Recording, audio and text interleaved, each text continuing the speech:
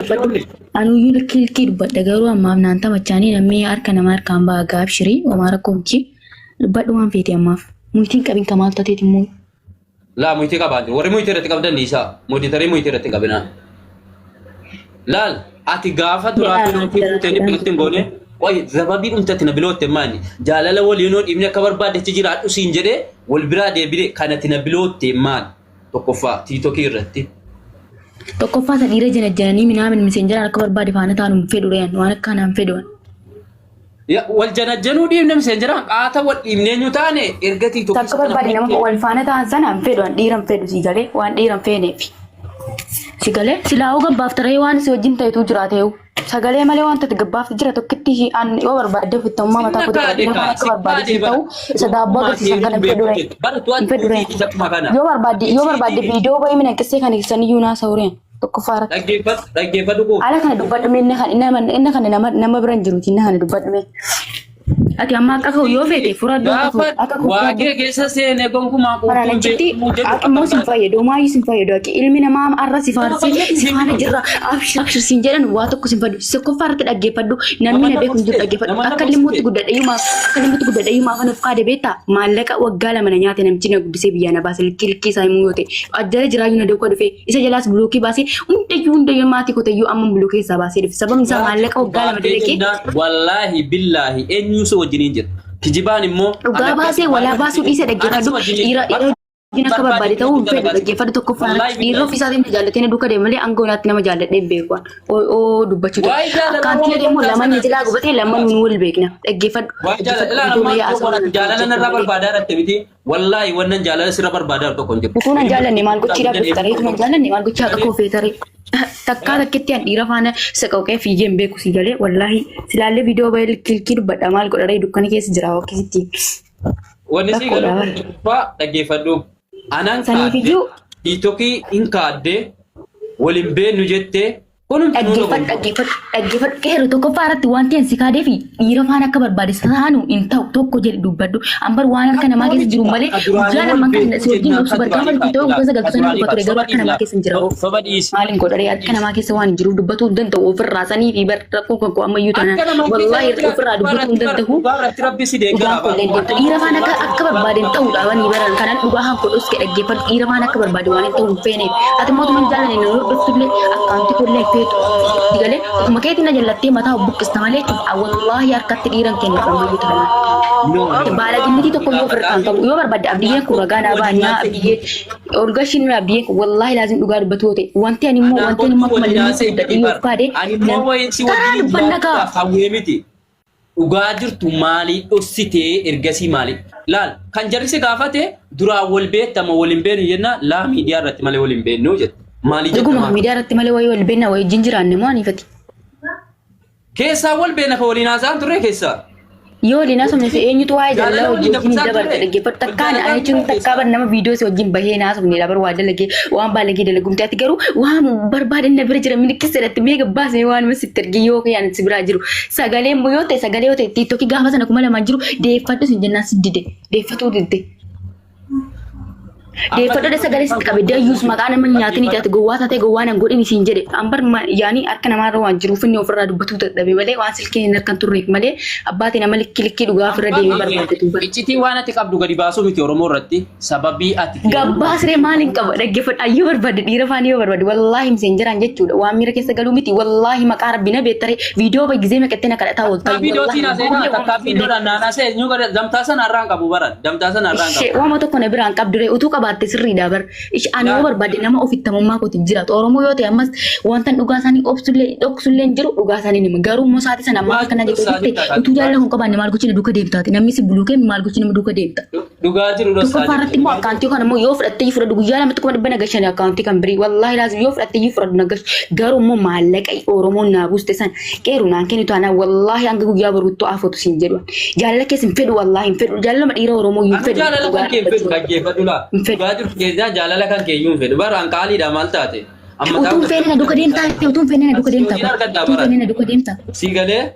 ati yoo wana fedhii keetiif si duuka eenyu taara ta'e taphiti no lakki maanire lakki fedhii koomtaayi dhaggeeffadhaan nama wallahi keeru dhaggeeffadha al tokko miti qabadha al tokko itti bichite dhaggeeffadhu nama waaqa koo nyaate nan kaadaan dhugaa dubbachoo ta'e nama waaqa koo nyaate ila wanta limmuutti guddachuu koo yoo ofitti kaade wallahi la ifi kun natti dukkana limmuutti immoo dhalanne isa ijoolleen keenya soban wanta ofitti kaade namichi biyya na baase sun abbaa qabeenyaatti si jalee maallaqan koo waggaa lama na nyaate haadha keetiin mana jaaraa reedee na nyaate oo barbaadu olgashisitti agarsiisa amma reefu si wajjin bulokee keessaa baase namichi guddisee biyya na baase maafan kaade maafan akka limmuutti guddadhe soof kaade jimmaa mitanii yoo ofin jedhe maaliif sababni isaa tokko maallaqa waggaa lama na nyaate namchisu dhugaa dubbachuu ta'e maallaqa waggaa lama na nyaate garuu immoo haati koo shawaa jirti ammayyuu eenyuun keessanii hidhattanii baruu hin dandeessan abbaan koo wallaggaadha anaa bicummaa na deesseetiyyuu noonnoo binjaa shawaa daarii daddosu limmuun sun iyyuu daarii wallaggaati dhugaa dubbachuu ta'e namni beektan jechuudha sama wantiin of kaadee maallaqa waggaa lama na nyaate namchisu haadha kootis hin kennin yookiin dawwaltee gaafatta keeruun jedhamus immoo maneedhaatti gargaaraaniin ture inna ba'u ati sana naan jenne keeruun sitti dawwalaa ture sunis keeruun sun jechuudha dhugaa dubbachuu yoo ta'e dhugaa walirraa dubbachuu ta'e achi booddee yeroo ani immoo haati kan kommoo limmuu na fiddu sana abbaa qabeenyaa sanatti na kenniti abbaa gargar baanennaan qotusuu bicha tokkoon qabaa na kennite noonnoo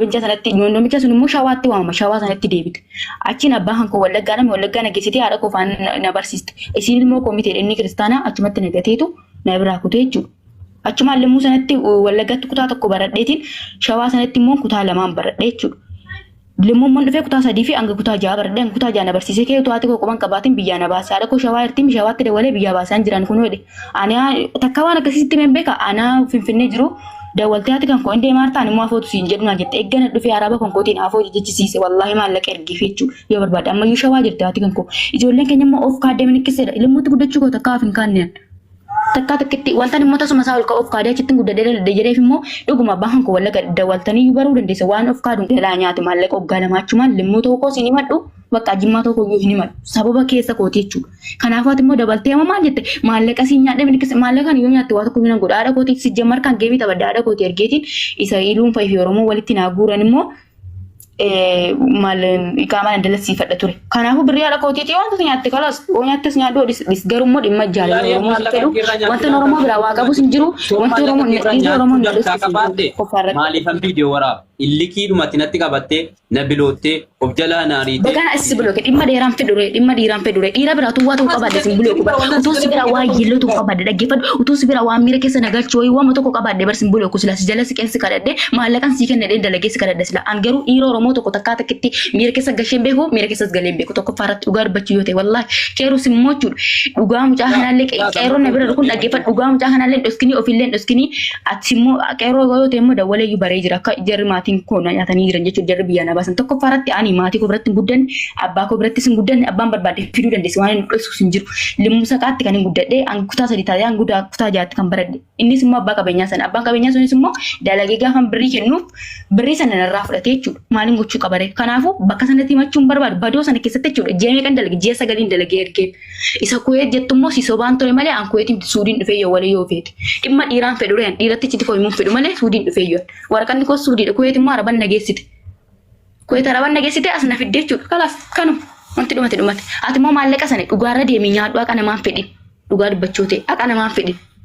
dhiira jaalladhe nyaamte akkuma maali Diitaan raameen kun akkas godhan miidiyaa irratti wajjin godhataa turre malee wanti keessa wal jenne miniqissenne maal jenne tokko hin jiru.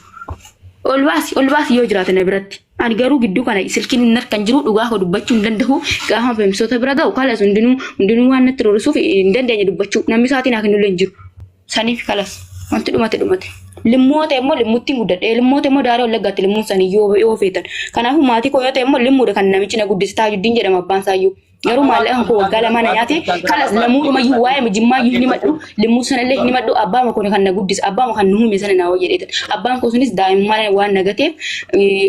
ati waa wallaggaa taatuuf hin dagatin naan jedhe waraqata jarri limmuurra dalaganii biyyaa na baasna saniifuu kalas abbaan koo sun laggaadha ati koo shawaa iddootti guddadhe immoo limmuu saqaati maal fidduree maaltu jira Oromoon ta'uu koo qofiyyuu nagaa akkuma ilmuun feenaan jedhan Oromoo ta'uu kee qofaas gargaarna kalas maal ta'u dhaggeeffadhu koo Akaunti sana isili musa kafin nimmi amni kistera no banyaata tumbo shawarto yoo to barbaade tayu mas gash odon ma ullo darsi do finjere yu was gashun qabu Oromoo yoo ta'e ati mo yoo ta'e akka yoo barbaade nyaata ke tawani se Oromoo dati Oromoo nu dachu tokkuma jechu sigale Oromoo biratti illee tokkuma jechu mirga akka nama nyaachuudhaan fiigin dhaggeeffadha akka nama nyaachuudhaan fiigin tokko faaratti sigale haqa namaa nyaachuu bakka haqa namaa nyaattu jettu sana keessatti haqa kan keessa wannan barbaade tokko hin jiru. Tokkoffaa tuutii tokko hin seene wanni isinii galaquu qabu Oromooni. Tuutii tokkiin sun kiyyan taane keessa seenuu hin danda'u. Ergan keessa seenees immoo kanan keessaa bu'aase. Dhaggeeffatu keessaa si baasuu miti barsi keessaa si baasee jira bar keessaa si baasuu miti kan si gadadaaru maallaqa sana bichiti rabbi morma hukutu maallaqa sana nyaatte taanaan aafiyyuu si jedhu ankeeku. Guyyaa bultee guyyaa tantee aafiyyuu si jedhu. Nuti qabadu jaranaa dabarse Oromootti himaa jira. Oromootti himaa jira. Oromootti dhiifattee ani aafirma si jedhu bad aafirma iyyuu si jedhu. Oromoo waan gashu qabu. Na dhaggeeffadhu kalaas na dhaggeeffadhu. Na dhaggeeffadhu Oromootti nimuu jira warra nu dhaggeeffataa jiru kanatti isa iyyuu laafin kan kee maal akka sheeri asin jira maal sheeri natti gootu Oromoo nagaa miti woy kalas dhiisaa birra sheer gootanii na fiddan kalas dhumate dhaggeeffadhu laal qooftu dhaggeeffadhu wallaahi ati dhugaarra deemte jennaan eenyuun jiraatu natti duulu turan garuu sababa ati kijibdeefiyyi namni gara kan duularree dhimma jaalala dhiiraan fedhu si jammar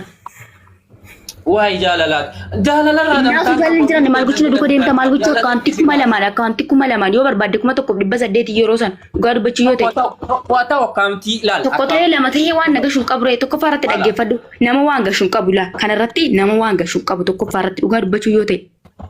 nama waan gashu tokkollee hin jiru. Itti haasuudhaan ati maallaqaan naa deebisi yoo deebisuu dhiiste immoo kalas ani ummuu bor yoo barbaade dalagee fidee leenca sana sii buusa shee. Waa'ee dhugaa jirtu lafa geessennaan dalagattee nama taatee jennaan siin deebisaan sii galee. Dalagattee nama taatee maanni maallaqaa kuusa gaafataara malee waa'ee dalagaa si gaafateera. Al tokko kaheeru al tokko quuftuutu dubbadha. Quuftuu mucaan kun jibbaasiif hin qabu. Nama gashu keeru nama nurraa buusi nama gashu siniin gashu gochuu tana wallaahi silkiin harkaa fuudhan na bira jirani nama gashu isa faana dubbadhu naan jedhame buusi ijoollee keeru deemu wallaahi namni akka nama wajjin dubbatu taanaan dubbadhu naan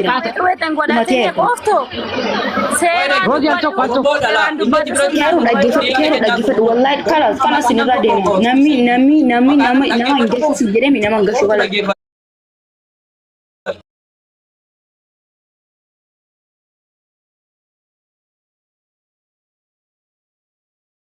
Baadaddu yoo akkasii nuti immoo biraa bu'inaan jedhama akkasitti hin taa'u yoo diddeemmoo dhiisi yoo barbaadamu mudeetara naa kenni boodana irraa kaafadhu yoo akkasaa bijjitii mucaa wajjin dubbatta taate bijjitii sila ganamas dhaggeeffadhu ofuma jiraati bulooki of jalaa isa bulookiti ajandaa birii fiddanii booda wal lollottanii jennaan si bulooke malee ani waan isa dubbadhu hin jiru garuu dhufan malee giiftiin kennu qaama akkamitti sii kenna jara sirka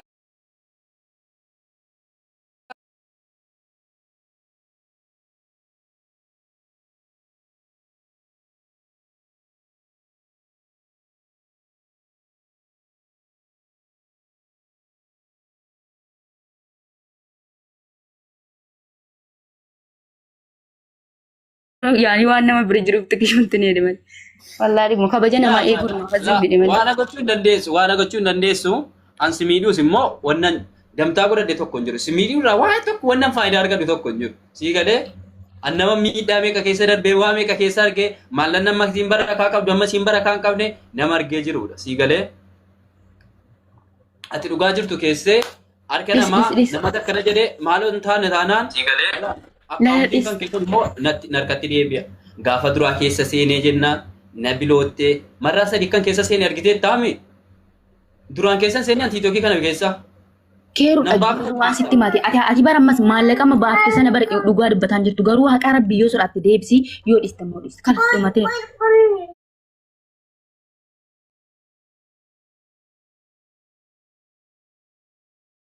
Maallaqa irra damtaan qabu.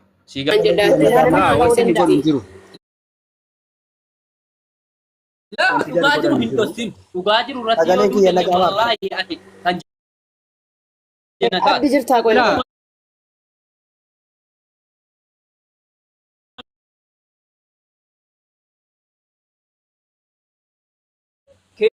keemiti maasalaam. Gaafi deebisiif kalas bakka. Waan jiru waliin haasaa lamman keessa miidhaa dhaggeeffatu. jedhamu barbaachisu tokko hin jiru.